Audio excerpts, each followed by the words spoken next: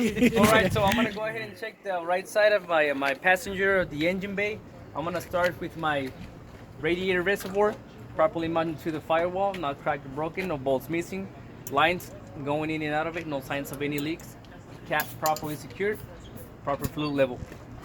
From there, I'm gonna go ahead and check over here my oil receiver, make sure it's in good conditions, make sure it's properly secured so it won't leak.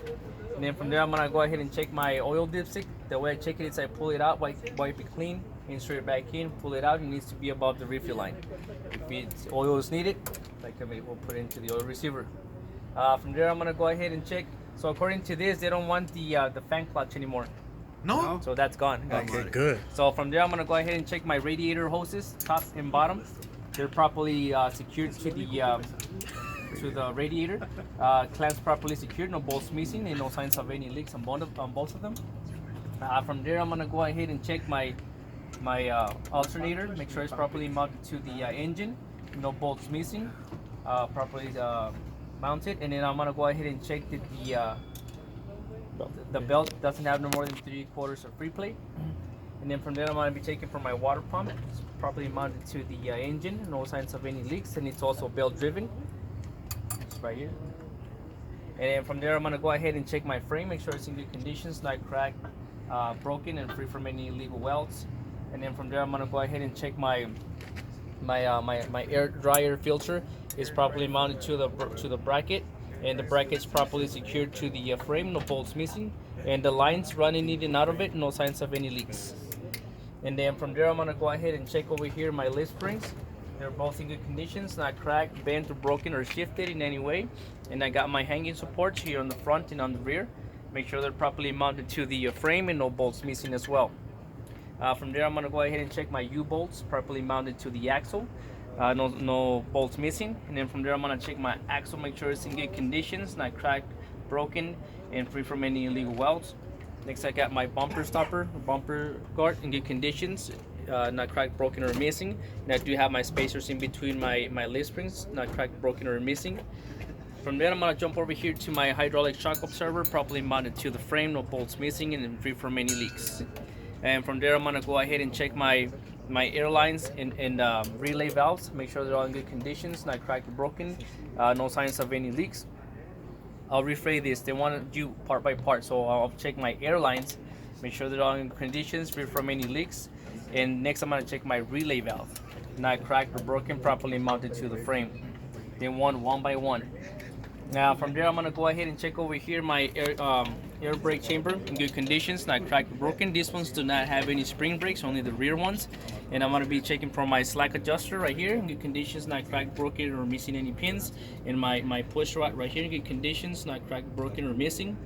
The pins are all in place. The way I check the slack adjuster and push rod is I shock the wheels, it's in my pocket for safety. I push in my valve to release my brakes, and then I put my glove and I pull on the slack adjuster. When if it has more than 1 inch of free play, when I pull on it, it needs to be adjusted or replaced by a professional. From there, I'm gonna go ahead and check I'm gonna check the tie rod right here in good conditions, not cracked, broken, no bolts missing. And then I have my control arm right here in good conditions, not cracked, bent, or broken, and it has the caster nut and the cutter pin in place, not missing.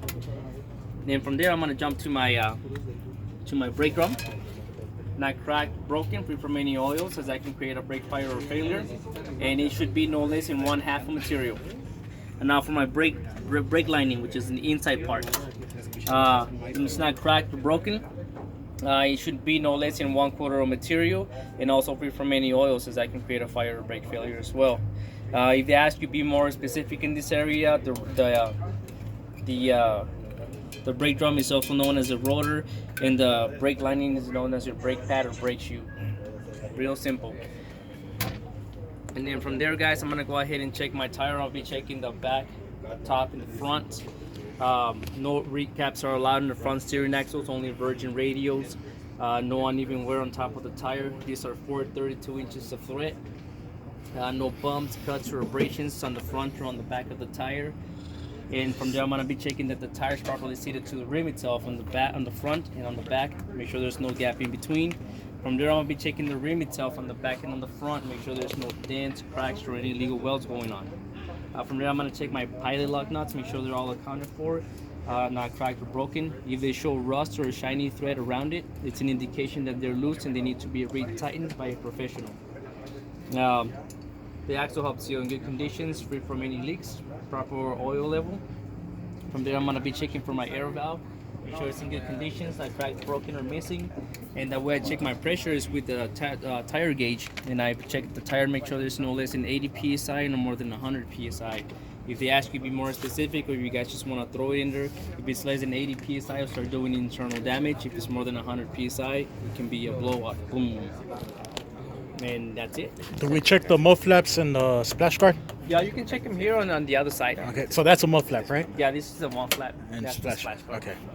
Now remember, you only check this tire and everything here if you only get this side of the truck.